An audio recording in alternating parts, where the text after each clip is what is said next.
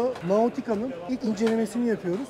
İlk incelemesinde bu 880 olarak piyasaya çıktı. Suzuki'nin 250, 300, 350'lik motorlarıyla satışa sunuluyor.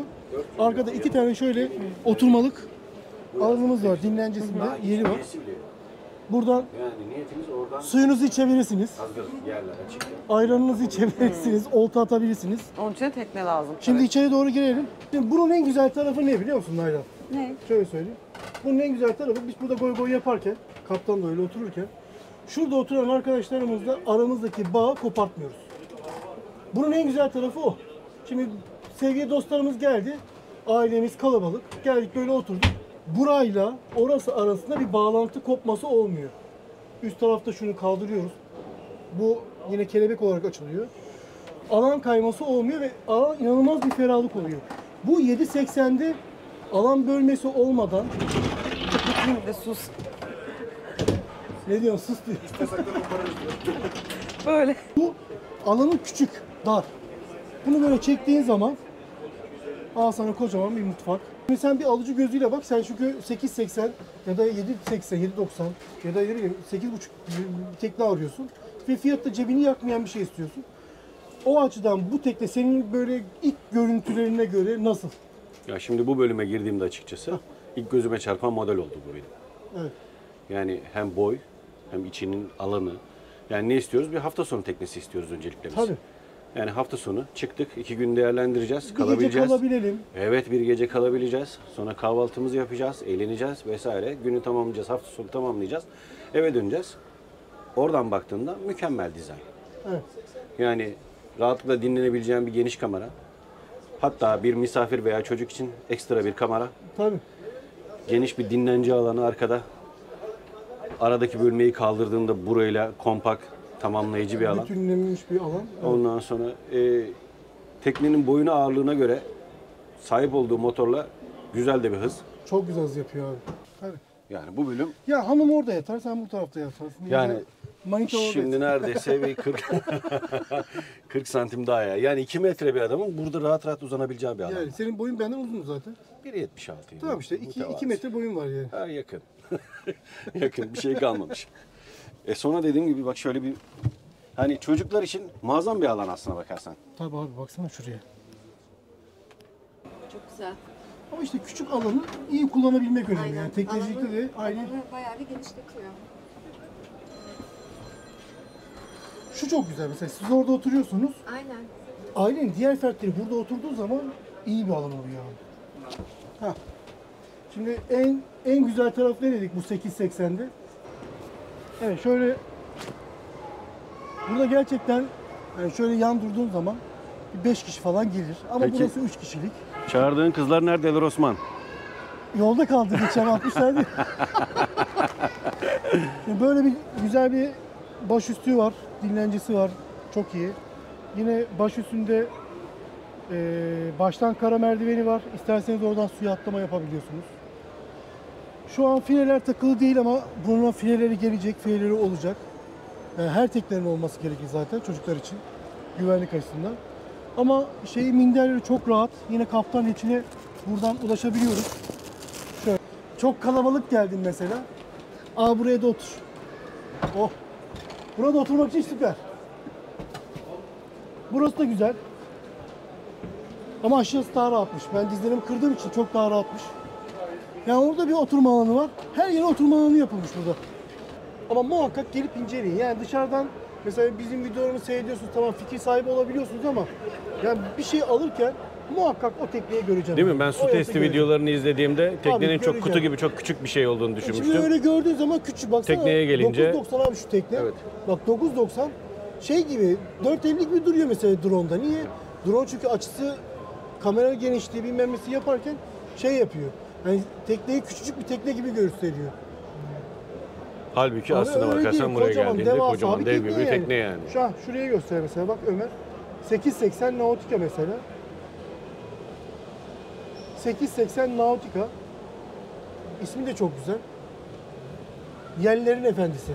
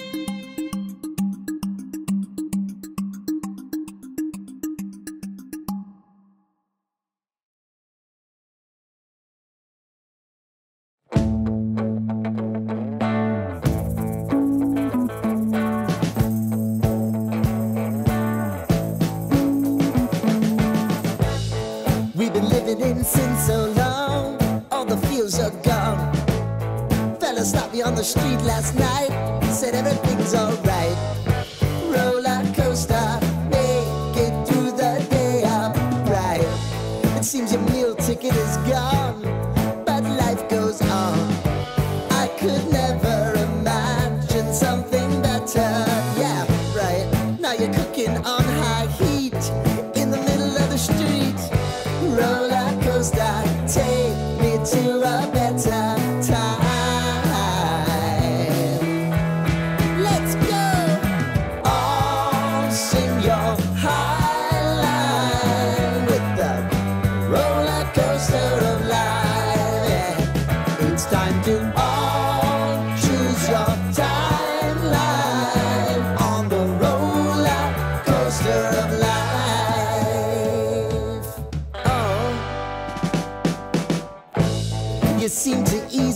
forget how to place your bet. When everyday life gets you down, you gotta steal the crown. Got to own it. Don't bitch and moan about it, please. God forbid you scrape your knees, and it's nothing to sneeze at. Oh, I've told you over and over again. You gotta get both hands around it and make your own plans. Roller coaster, it's taking over. It's about time.